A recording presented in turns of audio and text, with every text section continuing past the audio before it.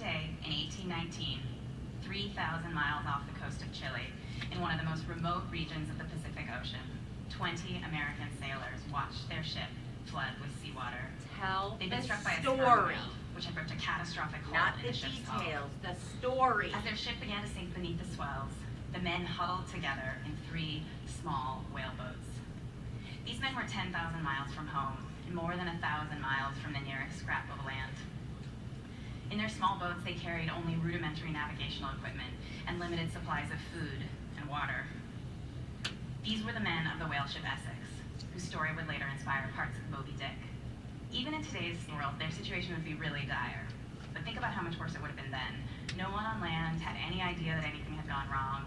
No search party was coming to look for these men. So most of us have never experienced a situation as frightening as the one in which these sailors found themselves. But we all know what it's like to be afraid.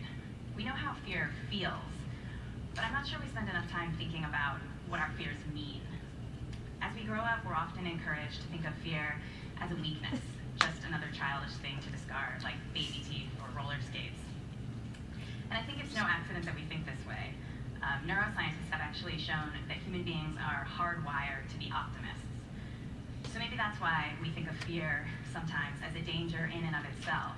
Don't worry, we like to say to one another. Don't panic. In English, fear is something we conquer. It's something we fight, something we overcome. But what if we looked at fear in a fresh way? What if we thought of fear as an amazing act of the imagination? Something that can be as profound and insightful as storytelling itself. It's easiest to see this link between fear and the imagination in young children, whose fears are often extraordinarily vivid. When I was a child, I lived in California, which is, mostly a very nice place to live. But for me as a child, California could also be a little scary. I remember how frightening it was to see the chandelier that hung above our dining table swing back and forth during every minor earthquake. And I sometimes couldn't sleep at night, terrified that the big one might strike while we were sleeping. And what we say about kids who have fears like that is that they have a vivid imagination. But at a certain point, most of us learn to leave these kinds of visions behind and grow up. We learn that there are no monsters hiding under the bed, and not every earthquake brings buildings down. But maybe it's no coincidence that some of our most creative minds fail to leave these kinds of fears behind as adults. The same incredible imaginations that produced The Origin of Species, Jane Eyre, and The Remembrance of Things Past also generated intense worries that haunted the adult lives of Charles Darwin, Charlotte Bronte, and Marcel Proust. So the question is, Who cares what the names are? Those 3 smart authors. Children. They still Well, have let's return to the year fears. 1819 for a What's the moment, meaning? to the situation facing the crew of the whale ship Essex. Let's take a look at the fears that their imaginations were generating as they drifted in the middle of the Pacific. 24 hours had now passed since the capsizing of the ship. The time had come for the men to make a plan, but they had very few options. In his fascinating account of the disaster, Nathaniel Philbrick wrote that these men were just about as far from land as was possible to be anywhere on Earth. The men knew that the nearest islands they could reach were the Marquesa Islands, 1,200 miles away. But they'd heard some frightening rumors. They'd been told that these islands and several others nearby were populated by cannibals. So the men pictured coming ashore only to be murdered and eaten for dinner. Another possible destination was Hawaii, but given the season, the captain was afraid they'd be struck by severe storms.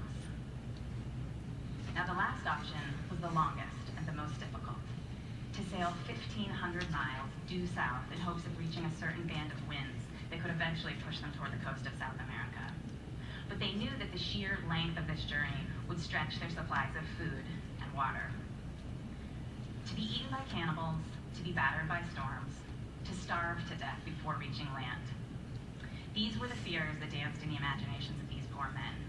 And as it turned out, the fear they chose to listen to would govern whether they lived or died.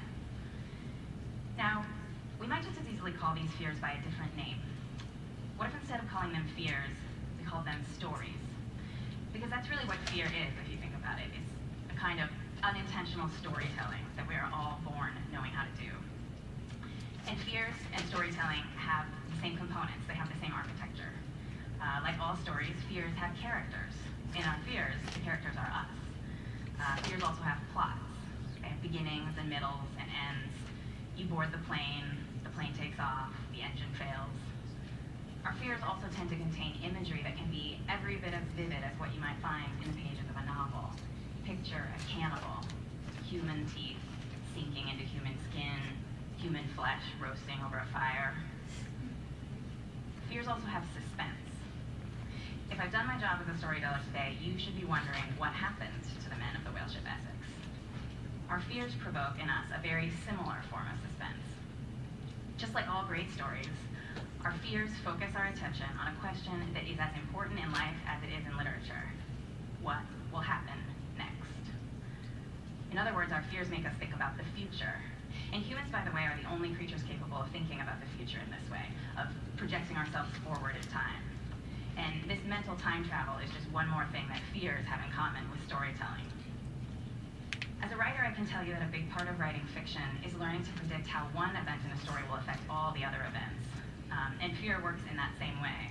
In fear, just like in fiction, one thing always leads to another. When I was writing my first novel, The Age of Miracles, I spent months trying to figure out what would happen if the rotation of the Earth suddenly began to slow down. What would happen to our day? Have a seat. Feedback.